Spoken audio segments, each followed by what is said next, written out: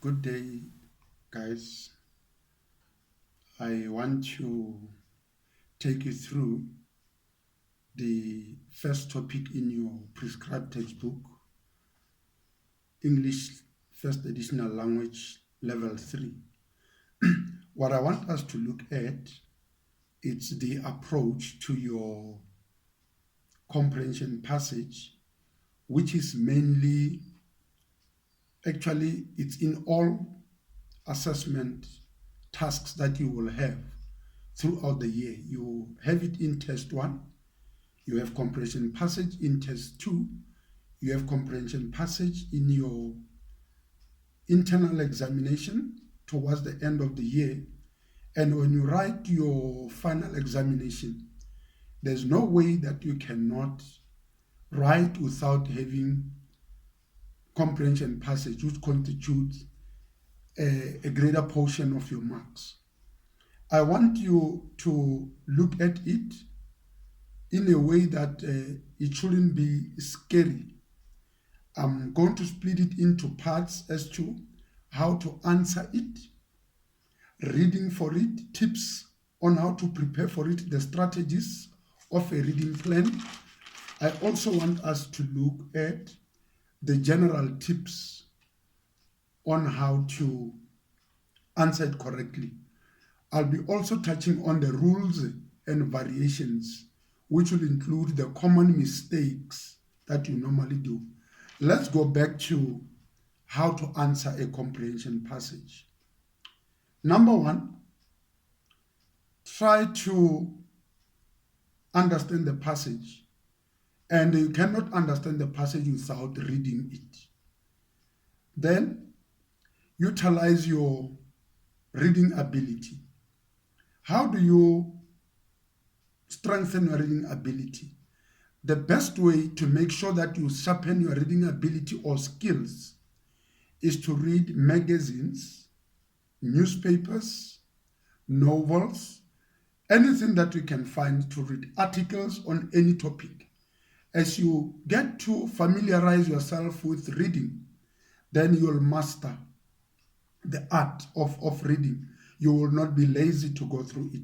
Again, manage your time. When you are to answer a comprehension passage, don't get carried away but those things that you know more than the others and end up dwelling on the others at the expense of the other sections.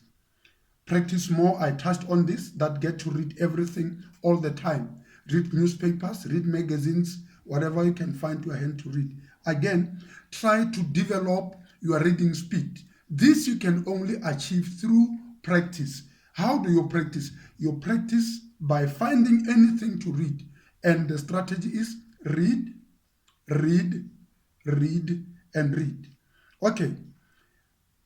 Again, what you need to look at is try to rely on the outside knowledge. Get the context of the passage, but check if you are familiar with some of the information that are associated with the passage. Maybe you're in, can I say, information technology, and the passage is about technology. From what you know, you can then fuse it into what you are reading. Okay, can I give you the tips on the reading plan? There's a theory that others believe you need to go through the questions first and then get to read the passage. Others believe that you go through the passage and then after reading the passage you then go through the questions. I'm not yet there. I'm still developing a reading plan. As I go with the lesson, you'll get to understand which method will best suit you. Some will prefer starting with the passage, others will prefer starting with the questions. So it's not a cut and dry kind of an approach. All right. In your reading, budget your time. In every passage that you are given in a comprehension, make sure that on every passage you spend at least not more than 5 minutes. You can make it 3 to 4 minutes, then you jump on to the other. And as you do that, you divide your time for every passage. And you'll find that some passages will be longer others will be shorter. Then as you do that, you might use the time you spend on a shorter one to kind of like add to the longer passages that you find. Make sure that you time yourself. Check your time. If you don't have a wristwatch, as it may not always be allowed in the examination, refer or throw your eyes on the wall in the exam room, in the classroom, wherever you are being assessed. Make sure that you don't dwell more on a certain passage at the expense of the other, and you can only be able to achieve this if you keep on referring to your clock. Example of this clock is the one that is at the wall. Let me go together with a camera at the wall and show you the kind of watch that we normally use in the exam. So coming back to where we are, you should be able to time yourself, as I say, and again, the next step is skim the text. How do you skim the text? You quickly run your eyes. You read all of it first in a summary form. You don't have to stress yourself in understanding every word or every passage. You read just to get the cream of the passage or of the comprehension. And after you do that, make sure that in every passage that you read, emphasize on understanding every first sentence in every passage, because every introductory sentence in a passage introduces you to all what the passage will be talking about. This will take you a minute to go through the first sentence of a passage, and it can take you 3 to 4 minutes. Make sure that you guard your time. You time yourself not to go beyond 5 minutes. Let me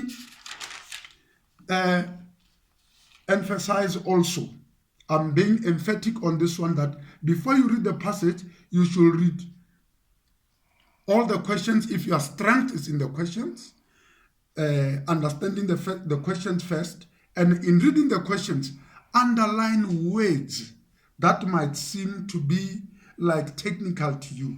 And as you go back to read the passage, you will then bring back from your memory the words that you saw in the questions, and it's a lead to where on which part of the passage you'll find questions. As you go back to the text, you already have an idea. You already have an idea because you skimmed it first. Some of you might have read the questions, and depending on your strength, you can begin to let the questions interact with the passage. The other point in the steps of answering the comprehension passage, you need to read questions that you've underlined, and you mark the keywords the same as you will do on the passage. Much as you underline some keywords in the questions, when you go to the comprehension, underline words that might seem similar, such that when you go back to answering, you are not going to struggle in terms of locating where to find an answer for a particular question. I hope so far you are following.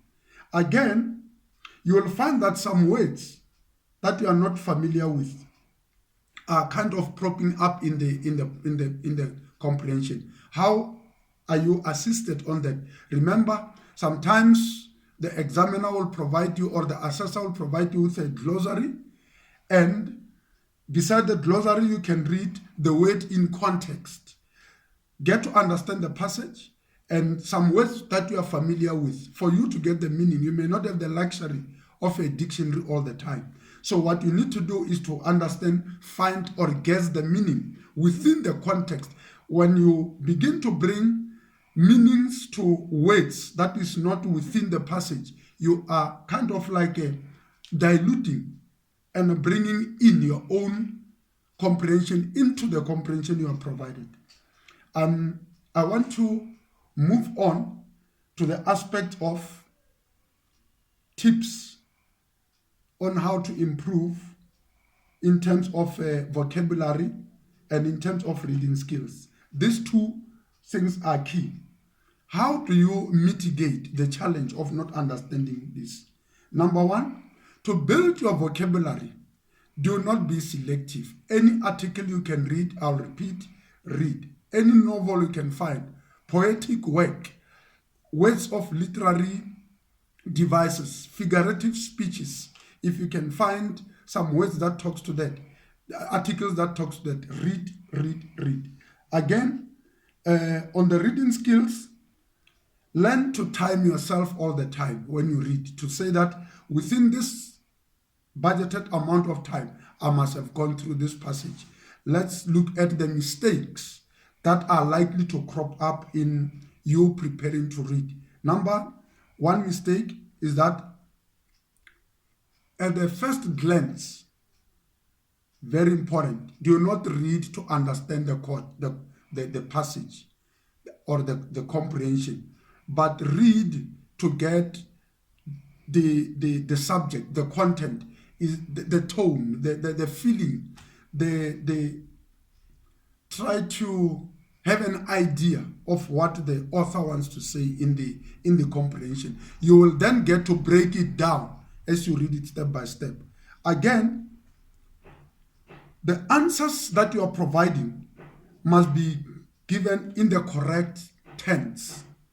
You must check whether the comprehension is futuristic or it's a historical event. So your text, your answers to your questions should be in the correct tense within the context of the comprehension.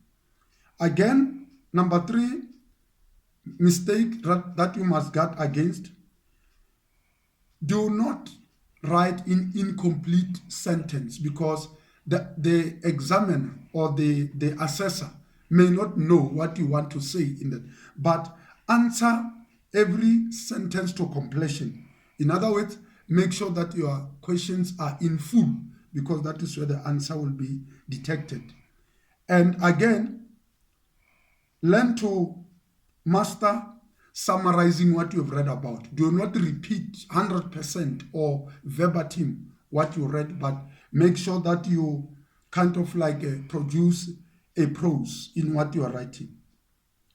Let me also, as I near my conclusion, say to you that a comprehension question is usually set in paper 2. So whenever you prepare paper 2 of your test, your internal exam and your examination, make sure that you prioritize in looking at the comprehension, how to approach it, mistakes to avoid, tips to follow, and so on and so forth. So it is the first question in every paper.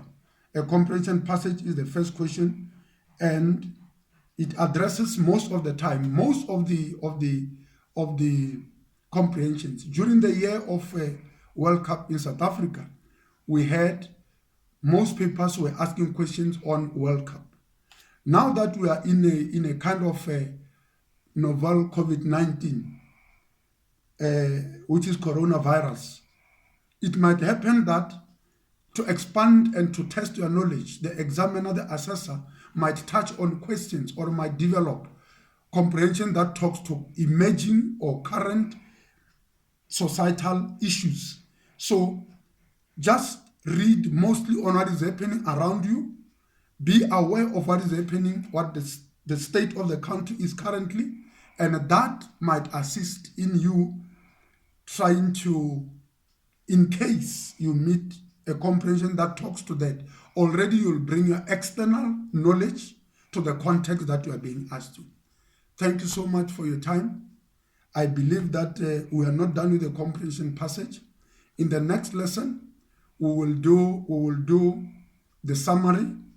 I'll be giving you the breaking down on how to approach it, looking at the rubric, looking at all the aspects. I don't want to clutter you with a lot of information. Let me end here with a lesson on comprehension for today. And in the next session, we will continue looking at a summary. Thank you so much. All the best. Study hard, stay safe, stay at home, and prepare yourself. Thank you.